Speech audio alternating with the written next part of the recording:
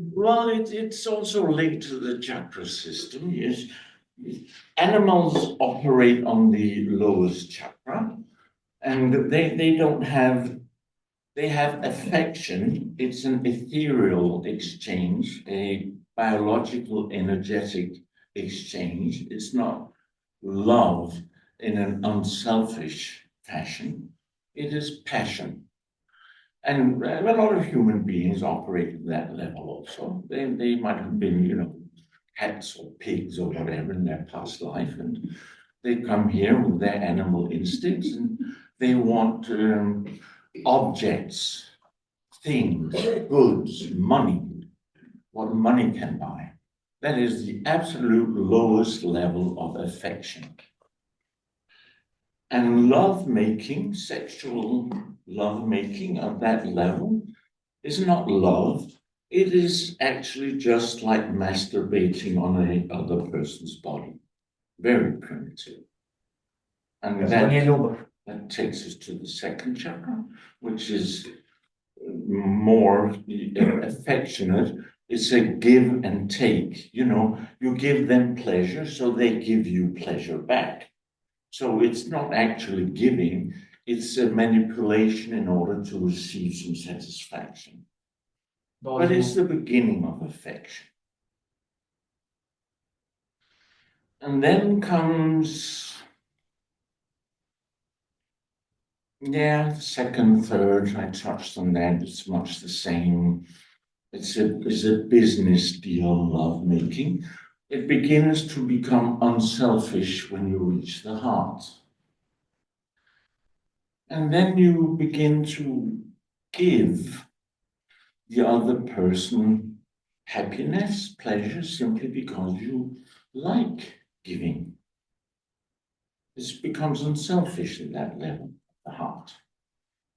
And most people are not there, but they are working on that in general, spiritual people.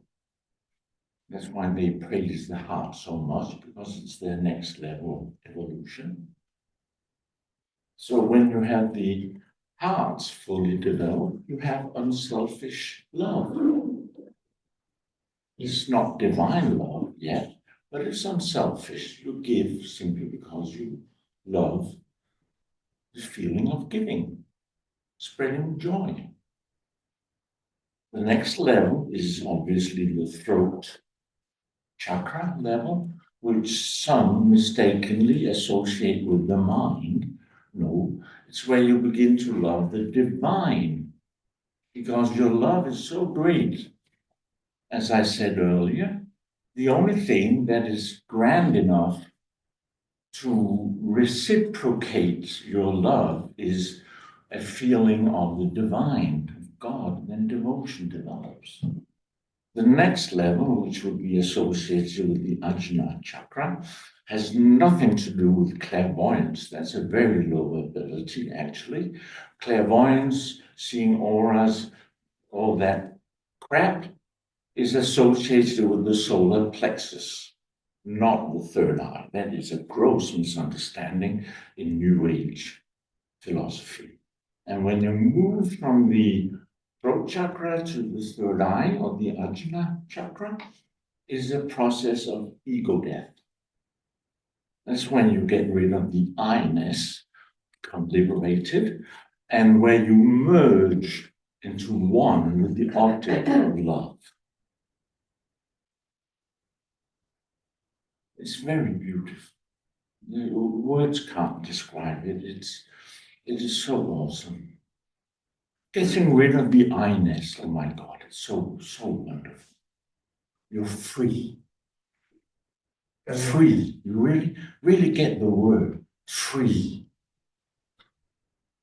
Let it sink in. Free of your fucking self.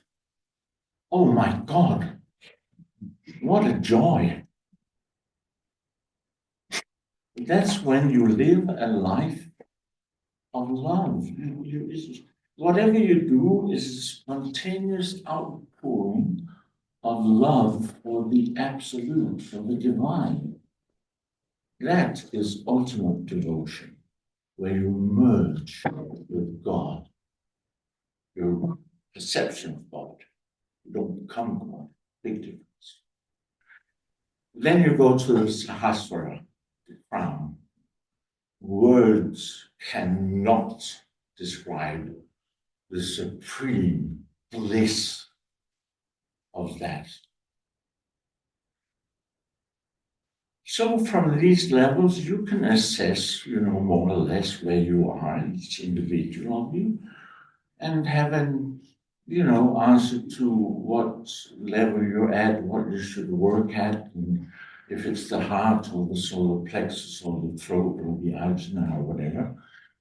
And, keep that in the back of your mind during the day and have love at whatever level you can have it. That's why I couldn't answer simply, this is the trick to develop love, because there's so many levels of it and expressions of it.